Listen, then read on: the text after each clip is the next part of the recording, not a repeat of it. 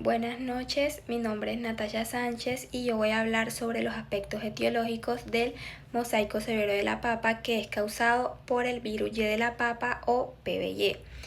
Como introducción, el mosaico severo de la papa es una de las enfermedades virales más importantes que afectan a este cultivo a nivel mundial y es causado por el virus Y de la papa o PBY, un patógeno que es altamente variable que puede generar síntomas desde leves hasta severos dependiendo de la cepa o de la variedad cultivada de la que se esté hablando. Esta enfermedad se caracteriza principalmente por la aparición de mosaicos, deformaciones foliares y reducción del crecimiento, lo que impacta directamente el rendimiento y la calidad de los tubérculos. Además, su rápida diseminación, principalmente a través de áfidos, por una transmisión de tipo no persistente y por material vegetal infectado, la cual la convierte en un problema fitosanitario de gran relevancia en la producción de papa. En esta imagen que está a continuación se puede observar una clorosis alrededor de las lesiones y hojas deformadas con bordes dañados, y las hojas también tienen necrosis. La taxonomía. El filo es Pisuviricota, la clase Stelpaviricetes, el orden Patatavirales, la familia Potiviridae, el género Potivirus y la especie Potatovirus Y o PBY, o en español virus Y de la papa. En clasificaciones más recientes se incluye el nivel de orden, que es patatavirales, pero en algunos esquemas más tradicionales, más antiguos, este nivel, o sea, de orden, no se reporta. Diversidad del agente causal. En virología no se usa tanto el término de formas especiales, ya que esto es más común en hongos, como por ejemplo el Fusarium. Pero sí se habla de variantes recombinantes. El PBY es un maestro del intercambio genético cuando dos razas infectan la misma planta y estas mezclan su ARN y crean nuevas formas que combinan lo peor de ambas, como por ejemplo una que tenga la capacidad de evadir la resistencia de la planta y al mismo tiempo otra que pudre el tubérculo. Entonces no hay formas especiales ni morfotipos, pero sí hay cepas. Cepas. El virus Y de la papa presenta varias razas o cepas, las cuales se diferencian según los síntomas, ya sean sistémicos o locales, que inducen en la papa, que es Solanum tuberoso. Estos síntomas pueden variar desde mosaico leve a severo hasta la formación de anillos necróticos en los tubérculos. Originalmente se describieron 5 cepas diferentes, que son la PBYC, PBYO, PBYN, PBYZ y la PBY, que están basadas en la resistencia hipersensible en cultivares de papa que albergan genes N específicos. Cuando hablamos de resistencia hipersensible nos referimos a que estos son unos mecanismos de defensa de las plantas frente a ciertos patógenos, como por ejemplo bacterias, hongos o virus. El PBYN es una de las cepas muy peligrosa, ya que en tabaco causa necrosis de las venas, pero en la papa a veces los síntomas son casi invisibles, son prácticamente invisibles, por lo que se facilita la propagación sin que el agricultor se dé cuenta.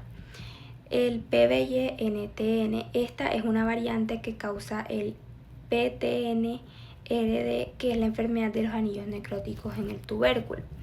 En esta imagen que está abajo se observan los tubérculos con anillos necróticos. También están las otras cepas, que son la PBYC, PBYO, PBYZ y PBY, que estas inducen síntomas de mosaico. Bueno, algo también para añadir es que este virus es de ARN monocatenario de sentido positivo. Esto significa que al entrar a la célula de la planta, el ARN actúa directamente como un mensajero para empezar a fabricar las proteínas virales. Entorno que favorece al patógeno. Bueno, entre estos está el microclima, que es el rango óptimo para la replicación viral y el movimiento de pulgones, que este se encuentra entre 18 y 24 grados centígrados, ya que a temperaturas muy altas, o sea mayores a 30 grados centígrados, pueden disminuir los síntomas, haciendo que el mosaico parezca leve a pesar de que la planta esté muy enferma. También el viento suave ayuda a la dispersión de los pulgones alados hacia nuevos lotes del cultivo. Otro sería la disponibilidad de nutrientes. Los niveles adecuados de potasio ayudan a la planta a fortalecer sus paredes celulares, por lo que al momento de que el áfido o el pulgón trate de penetrar en la planta con el estilete, esto se le dificulte. Pero esto no previene la infección completamente, solo es como una barrera que la ayuda.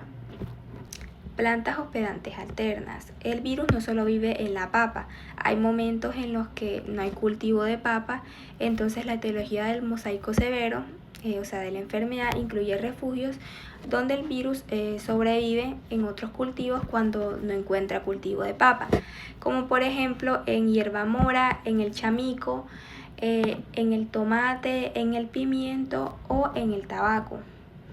Si el agricultor limpia su campo pero deja malezas de las solanáceas en los bordes, los pulgones pueden traer el virus de vuelta en la siguiente temporada. También está la asociación con insectos vectores. Los insectos vectores de esta enfermedad, de este virus, son los áfidos o pulgones. Estos tienen una relación de tipo no persistente, lo que quiere decir que el virus se aloja en el estilete o en el aparato bucal del insecto, pero este no circula por el cuerpo de él, sino que solamente se queda ahí en el estilete. Entonces esto permite una infección casi instantánea. Mecanismo de infección. El PBY es un virus oportunista que no puede moverse por sí solo, entonces este virus depende de vectores, que son los pulgones o áfidos, ya que estos causan una herida en la planta para poder entrar en ella.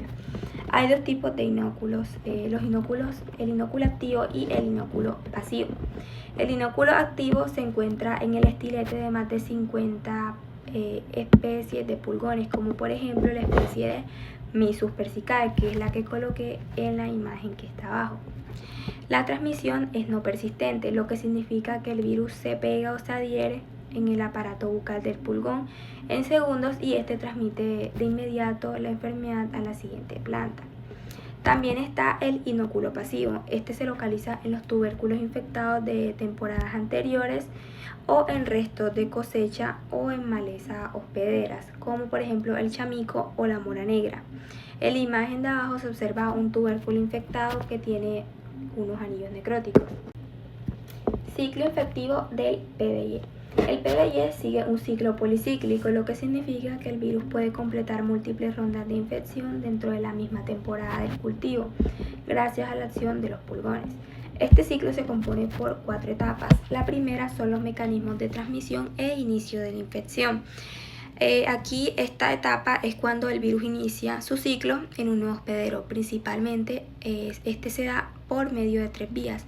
La primera vía puede ser por vectores o áfidos, que estos se transmiten de manera no persistente, siendo Mysus persicae la especie de áfidos más eficiente. Al ser no persistente, el virus se transporta en el aparato bucal del insecto de forma rápida entre las plantas. La segunda vía es por medio de propagación vegetativa por tubérculos infectados, ya que este es el principal mecanismo de dispersión agrícola, que son los tubérculos o semillas infectados que actúan como reservorio y aseguran que la nueva planta esté infectada desde el inicio de su crecimiento, lo que genera una acumulación progresiva del virus. Y la tercera vía puede ser por medios mecánicos, ya sea por transmitirse por contacto físico o por herramientas que estén contaminadas. La segunda etapa del ciclo es la replicación y expresión genómica. Entonces, esta empieza una vez que el virus se encuentra dentro de las células de la planta. Entonces, el PBY posee una molécula de ARN de cadena sencilla de 9700 nucleótidos.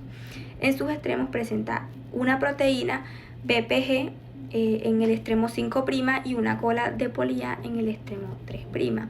Estos dos extremos son fundamentales para proteger al genoma, para regular la expresión de los genes y también para poder permitir la replicación.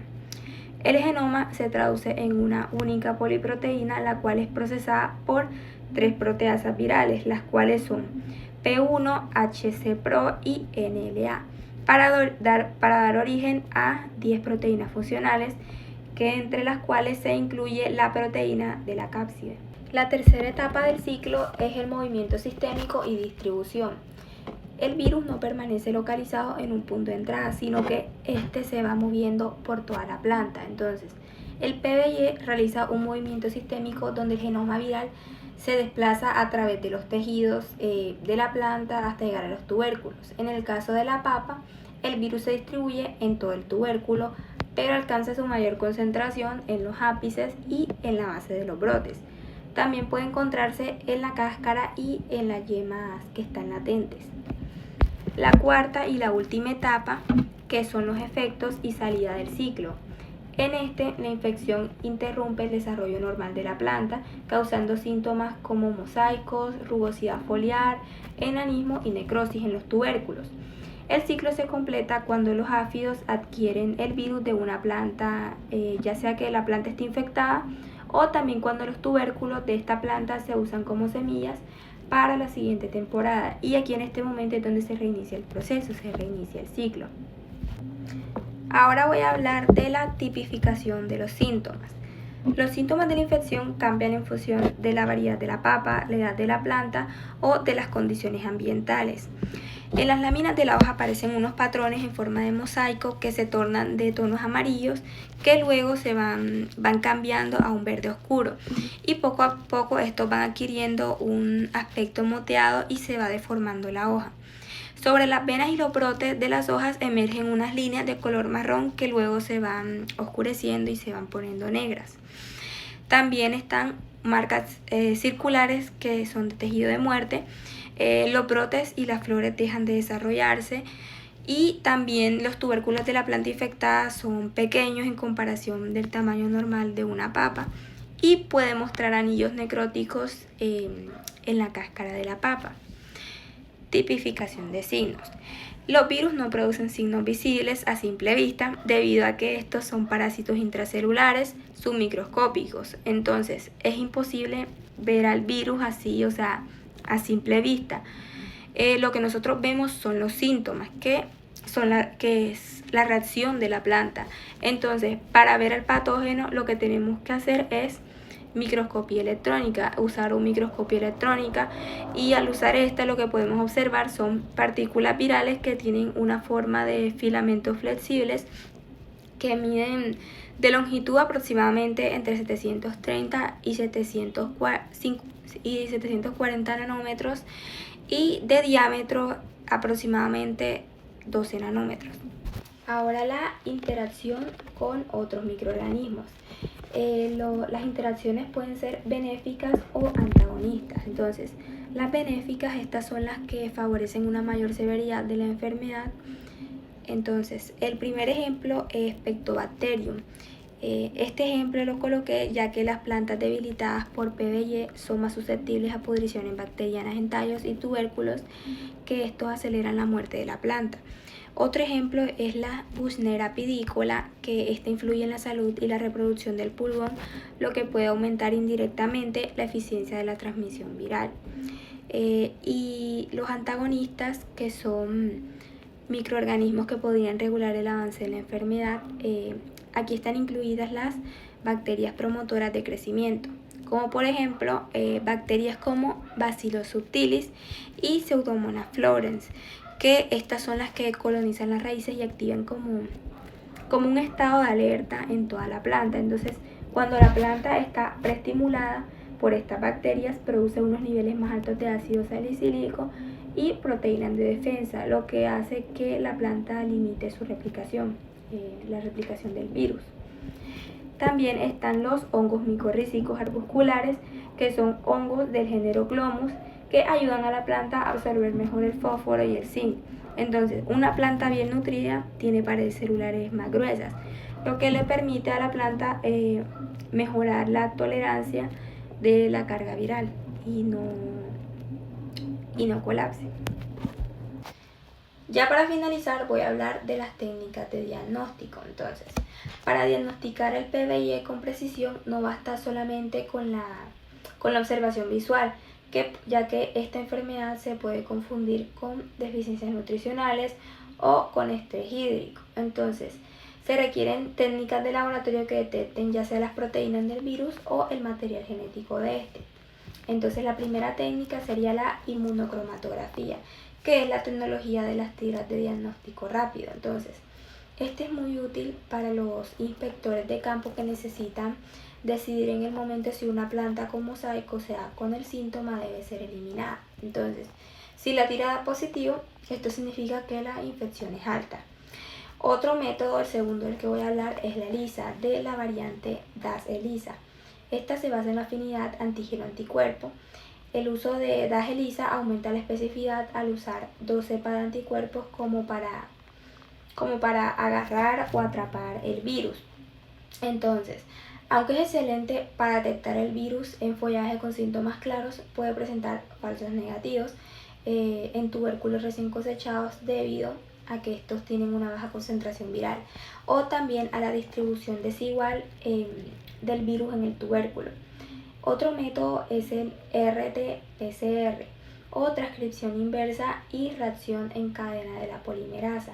Entonces, como el genoma del PBY es ARN, se utiliza una enzima que es la transcriptasa reversa para convertirlo en ADN complementario y luego amplificar las regiones específicas, como por ejemplo el gen CP que codifica la proteína de la cápside.